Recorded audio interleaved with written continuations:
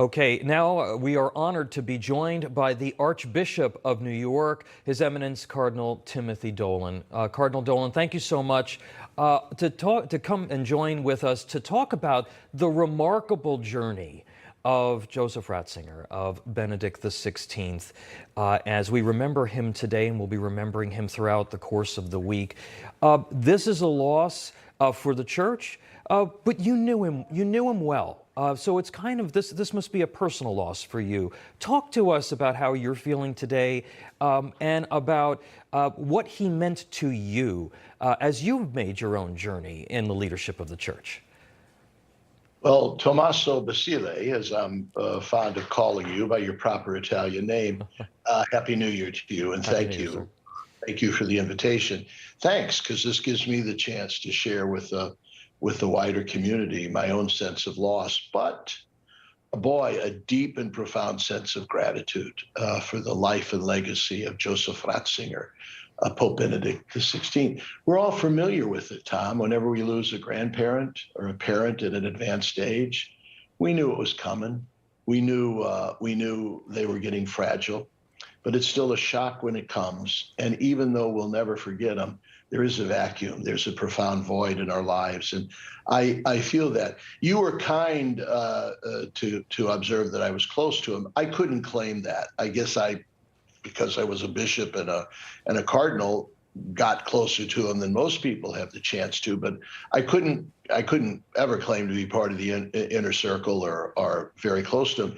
I did meet him innumerable times, and I was always impressed, Tom, with his ability to listen. Everybody thinks of him right away as the teacher, speaking, writing, and boy, did he do that with gusto and efficiency. However, he knew the biblical, that before you can be a teacher, you got to be a listener. Before you can be a teacher, you got to be a student. Before you're a teacher, you got to be a disciple. And he was that too. Whenever I'd see him, Tom, most of the time it was because of a duty that he'd asked me to do or a specific responsibility I had in the life of the Church. I'm thinking when I was president of the Bishops' Conference, and when we would go over once a year to let him know what was going on. I was so just to be in his presence, the two of us, and to see him not telling me a lot, but saying, tell me about what are your concerns? What are your worries? What are your challenges? And to see how intently he was listening, that always moved me. I was also very moved, Tom. Look, Joseph Ratzinger was kind of stereotyped as this perhaps stern, distant, aloof, professorial, highly cerebral pope. And boy, was he ever a towering intellect, no doubt about that. Glad he was.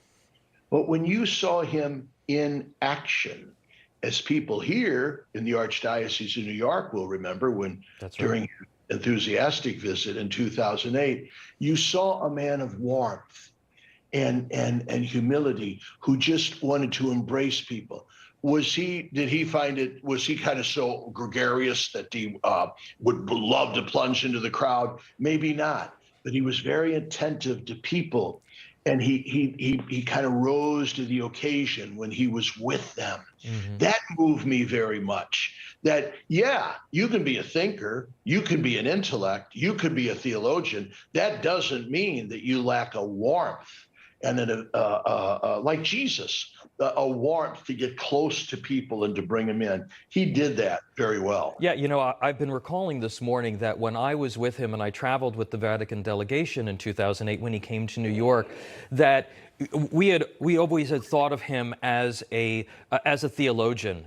And sort of a bookworm, not the TV Pope. That was, John Paul II. And yet to see him, I think he almost surprised himself at how he grew into the role and how he really did love reaching out to people and when people reached out to him. I thought that was very special when I got a chance to see him interact with folks.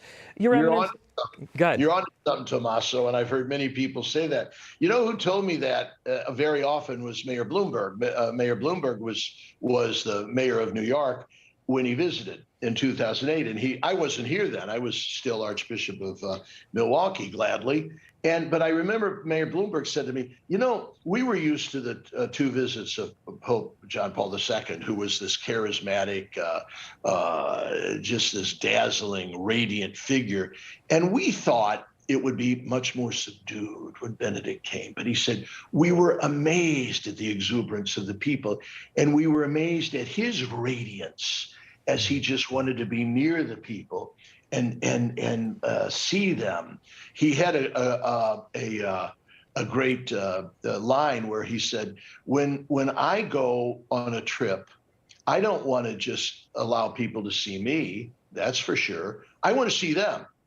And that kind of gave me a beautiful, this was his view of things, a pastor, a shepherd he was. And I'm glad you caught that too, Tom. Yeah, I remember when he came into the seminary and he was meeting with the seminarians. They were all lined up on the staircase in the building, chanting his name like he was a rock star. And again, you know, there was this profound sort of depth to the man. 40 books, 7 languages, a concert pianist. You know, all the things that made him up over all of these years. Going through Vatican II, being the prefect for the Congregation of Doctrine of the Faith, being at John Paul II's side.